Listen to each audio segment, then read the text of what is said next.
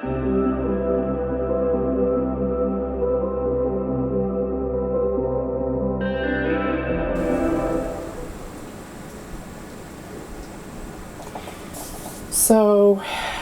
yeah, I'm going to finally talk about something that really irritates me. So, hello world, my name is Amelia, and welcome back to one of my videos. And I'm trying to finally get back into a regular routine of posting about just social issues and things going on in the LGBT community that can drive me up a wall, which is exactly the case that's going on here with this particular issue.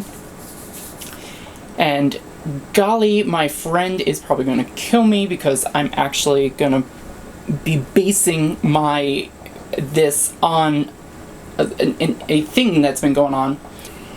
I just want to talk about some of the craze that goes on amongst the trans community in particular in surgeries and all that stuff, fun stuff. So hopefully we can pound this through and I got all the information I need. I had my bottom surgery July 21st of this year.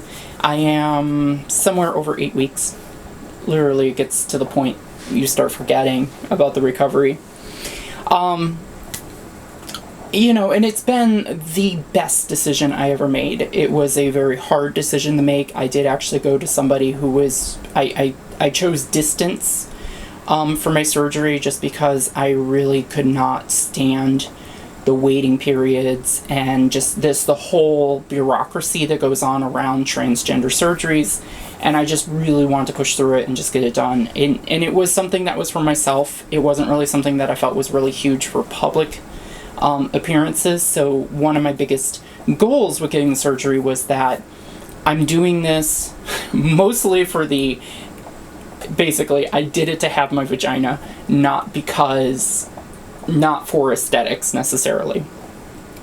Because the bulge is real. The gender dysphoria from it was real. That was a very big major thing for me.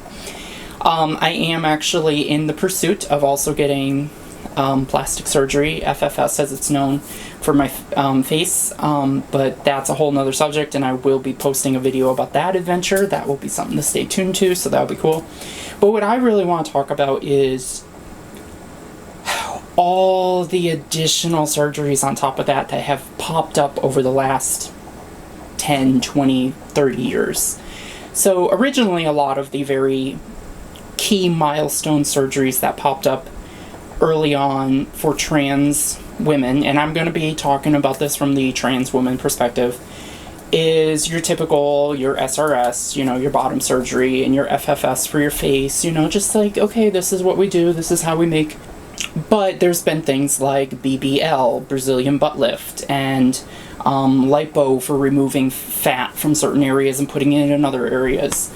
I also personally feel like the FFS has also gone a little more extreme, or adding additional procedures, but I don't think those are as dangerous as some of these other procedures can be. As I've had many different surgeons actually put it to me, one of the things with like FFS is it's a very predictable surgery. It's very easy to know what is the expected outcome. And I mean, honestly, if you have a botched result, you went to a bad surgeon. That's just plain and simple. It wasn't because I had one FFS surgeon tell me when I got a consult that basically, it is to be expected that there's going to be complications, but usually if you really truly have problems, there's bad surgeons. And I mean, that's true with the bottom surgery market too. I mean, there's things that you can expect to happen. There are tons of surgeons who botch it and turn you into a science experiment, which I definitely don't feel was the case with my surgeon, but there was things that, as I like to put, Dr. Gray basically did the best she could, and I'm okay with that. But when it comes to some of these other surgeons, or surgeries, like, some of them start getting into that area of when does it start becoming too much? We need to draw that line of when is it becoming too much? When is it that we're starting to get into doing things that we need to draw the line basically, when does gender dysphoria stop and when does body dysmorphia start? Because the problem is that for a lot of us, we can go into, okay, I got gender dysphoria, and yes, by all means, I think that should be something you get fixed. The problem is you then, most people that have that problem, they eventually reach a point where all of a sudden they're just completely drawn in on, well, I don't like the shape of this, and I don't like how this is formed, and then it gets to the point where I'm like, whoa, I'm like, I've heard plenty of cis women complain about those exact same things. And in the case of a lot of cis women that have those complaints, it comes down to body dysmorphia. A cis woman can't experience gender dysphoria over something, that is, she just wants more feminine. That's not really how that works. That's body dysmorphia. And I honestly 100% believe that trans women, we can experience body dysmorphia too. And honestly, I've experienced it in a lot of ways. So there's some of you probably even know some of these procedures I'm going to be referencing. One of the biggest ones that has been popping up recently is shoulder reduction. I completely 100% understand what the point of the surgery is. It's something about some of the linkage back here. I haven't really looked much into the surgery. They cut about a small fragment of the bone out and they push your shoulders in a bit. I personally, I've had some people argue with me that, oh my gosh, they do this surgery all the time for people in car accidents. And first off, I have to point out, yeah, people in car accidents, not somebody who's perfectly healthy. There is also that line that the medical profession has to draw between, are you a healthy individual and are we doing this for your mental health, or are we doing this actually because something's wrong with you? So you get into these, you get in a car accident, yeah, sure, they should fix a fractured bone in your shoulder, which is usually removing a piece of bone. But I'm like, your body is not meant to be toyed with. And I mean, I'm not saying that's an excuse to be transphobic or to say that, you shouldn't get anything, because I'd be a hypocrite by saying, bottom surgery and FSS. And I mean, also just to add to that list, I mean, there's a lot of trans women who get BA, breast augmentation. And again, I think that's a decently, relatively safe procedure. It's been enough done. It's done to cis women. I think especially procedures that can be done to cis women for aesthetic reasons, I think are a little safer to do. So there's a lot of bottom surgery techniques that are coming about that are generally safe on cis women too. I mean, in different contexts. FFS cis women can get done. BA, cis women can get done. But then it just gets into some of those where you're just it reminds me of all the whole things that go on with Michael Jackson back before that whole fiasco. He basically, one of the surgeries that's also now I'm hearing popping up is height reduction. And I actually did look a little bit into it, and the way that apparently height reduction works is they literally take a piece of your femur bone out. Take bone out of your leg, and I'm like, that's definitely kind of the stuff that I was hearing about Michael Jackson. Not to say if it was true or not, but I'm like, that's just not meant to be messed with. So hey, editor Amelia here. I just wanted to say something really quick that I realized while editing this video that I totally forgot to mention beforehand. So something that I compared these surgeries, the craze around them, to someone else I knew was that they were talking about how, jumping off, there's always going to be a risk with every surgery. And the one thing that I said was, well, yes, that's true. There are risks associated with every surgery. The problem is that comparing the risks that come with some of these procedures, such as shoulder reduction, is not the same as the risks that come with breast augmentation. So to sit there and say that they're one and the same is like comparing falling off a ladder to falling off a cliff. The difference being is one, you're more likely to survive and come out of. The other one, yeah, you're more than likely to be dead.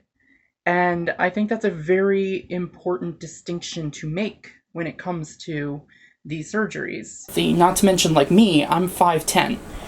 I'm not outside of what the norms would be for a cis woman. There are cis women out there. Matter of fact, I know plenty of cis women in my life who are actually taller than me. And in some cases, I feel like are even prettier than me, but that's beside the fact. Now, I can understand if you are a trans woman who's well above 6 feet, 6'3", 6'4", 6'5", that can start getting a little like, but I've seen some trans women that tall who have really pulled it off great. You know, like, Brazilian butt lift, okay, some of it, it's just, it starts getting weirder and weirder. Shoulder reduction, height reduction. I just now heard of a new one that's also coming out where they use Botox to cause muscle reduction. And I just doing a quick Google search on Botox, it pops up and shows all these articles talking about the risk of Botox basically like poisoning to your muscles that cause them to shrink. And I'm just sitting there going, why would you want that? Why would you want to risk something like that? Why? It's just, there comes a point when the risk, in my opinion, become way too great for the benefit. Things like taking bone out here, taking out bones in your leg, it almost, I have to say it, I think her name was Cassandra, whoever's seen Doctor Who, there is this character named Cassandra. I remember seeing her in early episodes of Doctor Who that I was watching, and you actually come to find out through one of these big revealer episodes that she is actually a trans woman, because she makes a quick little reference about when she was 8 years old. She was an 8-year-old boy, so like right off the bat you're like, oh, they're not putting much focus to it, but it is true. The point is, here she is in the future. She's lived a very, very long time, and she's basically nothing more than a piece of skin. She was so dissatisfied with herself that she became just a stretch of skin on a frame, and her brain and organs in a jar. And I mean, when you think about that, it's like, that's what I think about these things. When these people get so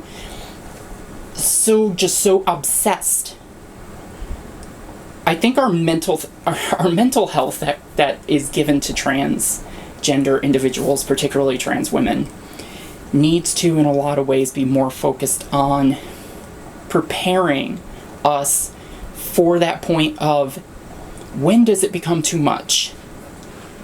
And I know that's terrible for me to say, because there are plenty of, there's this whole thing that goes on about gatekeeping, how so many trans women feel like we're being gatekept from what we want. You know, and then anybody who even dares to challenge the possibility that we're going too far with some of this, then they're automatically labeled as transphobic and gatekeepers. And that's something that a lot of trans people, a lot of cis people really, that want to help us, really don't want to see, because being that they don't experience the gender dysphoria, some of them do actually have their heads on straight and actually are concerned. I've met plenty of cis women who are very supportive of people like me. They're just like, I want to give you what I can. But then they also do hold back a little bit, like, okay, we might want to think about, consider the dangers. So don't at all take this video as me being a gatekeeper. Please don't assume that. I'm not saying don't do it. Like, as I even told my friend in the context of some of these surgeries, don't assume that, you know, like someone like me, if you can pay for it, great. You know, like, I think it's great that insurance and government agencies are working on being able to make sure that we can get access to the surgeries we need, particularly bottom surgery and FFS and BA. I think those are fine surgeries to make sure we have access to.